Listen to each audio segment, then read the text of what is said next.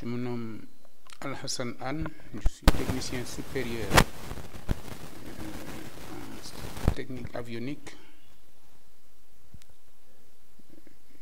J'ai fait ma formation, le plus gros de ma formation au niveau de l'armée de l'air sénégalaise. Auparavant, j'ai fréquenté, après les études secondaires du lycée technique de la Fosse, sanctionné par le baccalauréat série E, tenaillé par la maladie d'une ascendante, ma maman. J'avais décidé de bifurquer automatiquement vers la vie professionnelle en tentant le concours d'entrée à l'école d'Air Afrique, concours que j'ai réussi, école que j'intègre en novembre 1983. À l'issue des 3 mois de stage, malheureusement, la maman souffrant d'une maladie en phase terminale ne me laissait aucune chance. Alors j'ai décidé de surseoir à ce stage pour aller m'occuper d'elle, et 9 mois plus tard, donc elle disparaissait au soir du 10 mai 1985. Alors dès 1986, j'intègre l'armée de l'air et je suis envoyé en stage au Maroc. J'ai suivi un cursus de 4 ans, 2 ans en technique cellule hydraulique, sanctionné par des résultats probants, et résultats à l'issue desquels le groupement école avait décidé de me réorienter en électronique, cause pour laquelle j'ai passé 2 années supplémentaires pour revenir au Sénégal avec le diplôme de technicien en système électronique de bord, calculateur. Donc, dire que dans l'armée de l'air, il n'y avait que 4 personnes qui en disposaient. Donc, je suis revenu en 1990 et j'ai officié en tant que technicien jusqu'en 1999 pour repartir faire le brevet supérieur. Alors, à l'issue, beaucoup de péripéties se sont passées au niveau de ma carrière, entraînant du coup ma sortie de l'armée en mai 2011. Il serait bien de revenir sur quelques-unes de ces péripéties, spécialement expliquées par l'acharnement de 2 officiers sur ma personne. Acharnement ayant pour cause des faits qui n'ont rien à voir avec l'armée, faits qui impliquent ma présence dans un milieu, dans un site où des familles militaires occupaient des logements administratifs. À un moment donné, un lobby a voulu s'accaparer des terres pour en disposer et en effectuer la vente pour s'enrichir. Alors c'était une forme de spoliation que nous avions décriée du moment que nous y vivions avec nos familles. Quelque part, nous nous sentions vexés. Lorsque j'ai été désigné en 2010 pour effectuer un stage lors de l'acquisition d'hélicoptères de transport de troupes Mi-17 en direction de l'Indonésie, alors ces 2 officiers-là se sont permis d'exiger ma sortie des logements, chose inacceptable. Alors, ça m'a indigné. Je m'en suis remis au chef d'état-major général des armées, au ministre des Forces armées, ministre de tutelle, et au président de la République, chef suprême des armées, ainsi qu'au médiateur, pour demander, en tant qu'employeur, leur soutien pour essayer de sauver ma carrière. Malheureusement pour moi, fort de leur position au niveau de la hiérarchie, ils se sont introduits au niveau du ministère des Forces armées pour me servir une réponse, disons, alarmante, une réponse qui m'interdit du coup la sortie du territoire, simplement pour un dossier traité au niveau du tribunal des référés impliquant près d'une centaine de familles. Alors, c'est dans cette optique que j'ai été pourchassé, persécuté. Ce dossier, je ne peux pas trop l'évoquer pour le moment. Cela va faire l'objet d'une instruction au niveau du tribunal. Je compte me pourvoir partie civile. C'est ainsi alors que en octobre 2010, le directeur général de la compagnie Sénégal Air est venu requérir mes compétences, simplement parce qu'il avait besoin de techniciens pour assurer la maintenance de ces appareils et la bonne tenue de ses missions. Il avait l'exclusivité du transport au niveau de Dakar-Ziguinchor. Tous les matins, ces avions se positionnaient pour acheminer des Sénégalais désireux de se rendre au sud du pays. Alors, il a envoyé un mandataire qui est venu me rencontrer. Du coup, j'avais automatiquement décliné l'offre. Je reviens sur, disons, les antécédents de cette compagnie. Dès que le gars s'est présenté à moi, je me suis posé la question de savoir si cette compagnie existait toujours. Pourquoi? Parce qu'en 1995, la structure a fait l'objet d'un accident grave, accident d'avion, où il y a eu, sur les 10 passagers, 6 morts. Parmi eux, 2 de mes anciens collègues de l'armée qui, ayant résilié leur contrat, sont partis essayer de monnayer leur talent dans l'aviation civile. C'était une période très dure. J'ai été à leurs obsèques. Leurs familles ont beaucoup souffert du fait des négligences de cette personne-là. Alors, j'ai automatiquement décliné l'offre, mais face à des pressions venues de toutes parts, des collègues m'ont appelé pour me demander vraiment d'aller aider la personne et aider en même temps les Sénégalais qui voyagent à bord de ces appareils. En bénévole, j'ai été alors rencontrer le directeur général à son bureau à Mermoz. Nous en avons discuté. Dans un premier temps, j'ai choisi juste d'aller voir.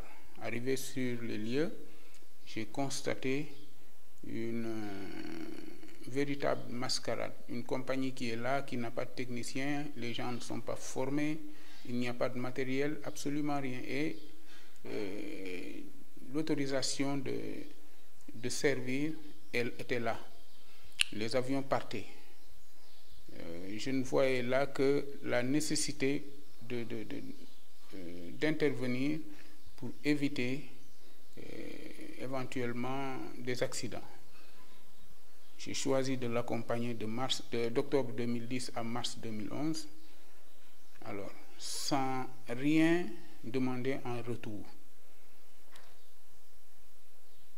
Dès le 1er mars 2011, le directeur général m'a supplié de quitter l'armée pour venir l'aider. J'ai longtemps hésité et face à son acharnement, je ne sais par quelle méthode il a réussi à me faire plier en me signant du coup un contrat à durée indéterminée de façon unilatérale en me nommant chef de maintenance de sa structure, et je suis resté du 1er mars 2011 au 28 mai de la même année, toujours en activité au niveau de l'armée.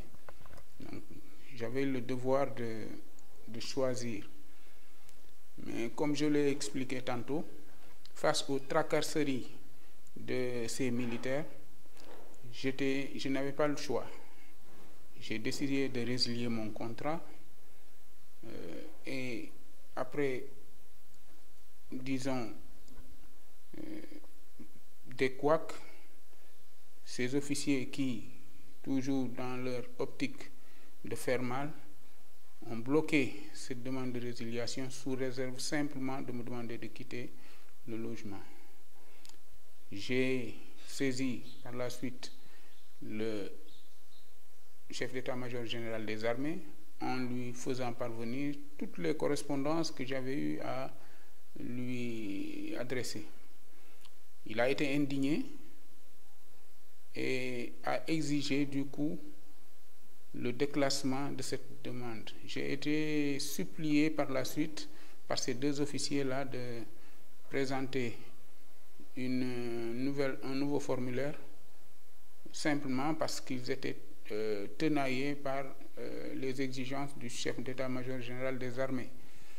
Et c'est ainsi que j'ai quitté le 28 mai 2011 pour aller dans la vie civile. Alors, à contre-cœur, parce que j'avais choisi de faire une carrière militaire. Malheureusement, j'en avais assez, parce que ma carrière était torpillée, j'ai été plombé sans avancement, sans stage, humilié, voyant mes jeunes me dépasser en grade. Alors, c'était là une injustice pesante. C'est la cause principale de mon départ.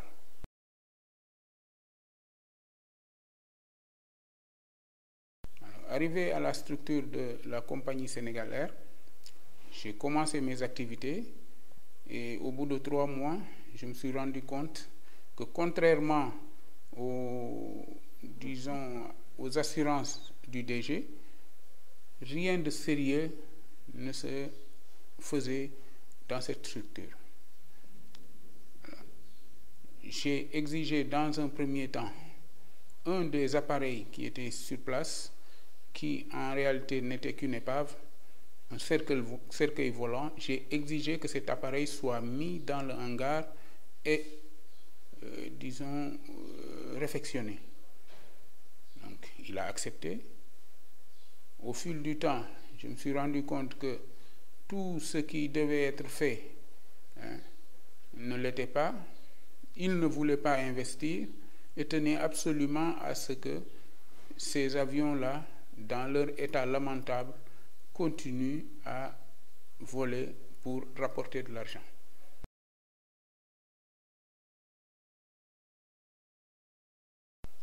Alors, en tant que responsable technique, il m'a débauché de l'armée. Je ne pouvais pas y retourner.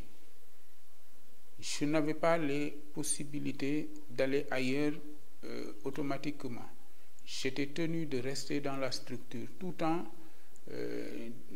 essayant de m'entourer d'un maximum de garanties. Garanties allant dans le sens de sauvegarder la sécurité des passagers qui montaient à bord de nos avions. J'ai entrepris une campagne de sensibilisation au niveau de la direction technique, direction qui n'était composée que, de personnes n'ayant eu aucun lien avec la compagnie, des gens qui n'avaient aucun contrat, des gens qui n'étaient cooptés que pour meubler des postes en vue, de satisfaire les exigences de l'aviation civile, chose inacceptable. Le plus souvent, c'était des retraités, des gens qui, parfois même physiquement, n'étaient pas aptes, à telle enseigne que, à tout moment, la psychose d'un accident était là. C'est un milieu aéronautique. Les exigences sont listées et précises. J'ai, comme je l'ai dit, entrepris une campagne de sensibilisation en essayant de faire comprendre au directeur général d'essayer le plus que possible de se rapprocher des normes en matière de sécurité, de se conformer aux exigences des textes, même si en aviation il y a des tolérances, d'essayer de se limiter aux faveurs de ces tolérances, parce que vous n'êtes pas tenu de tout faire en aviation. Le constructeur ou le texte vous permettent certaines dérives dans la limite de l'acceptable.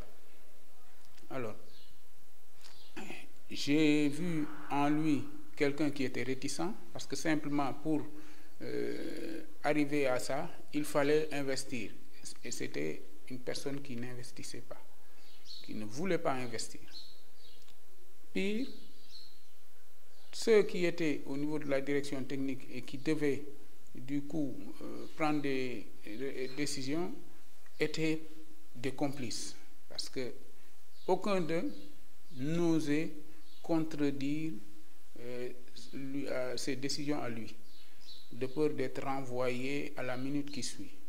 J'étais la seule personne, le seul responsable cadre de la direction technique titulaire d'un contrat, et simplement parce que le gars m'avait débauché.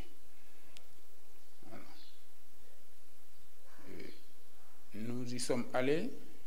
Il y a eu énormément de cas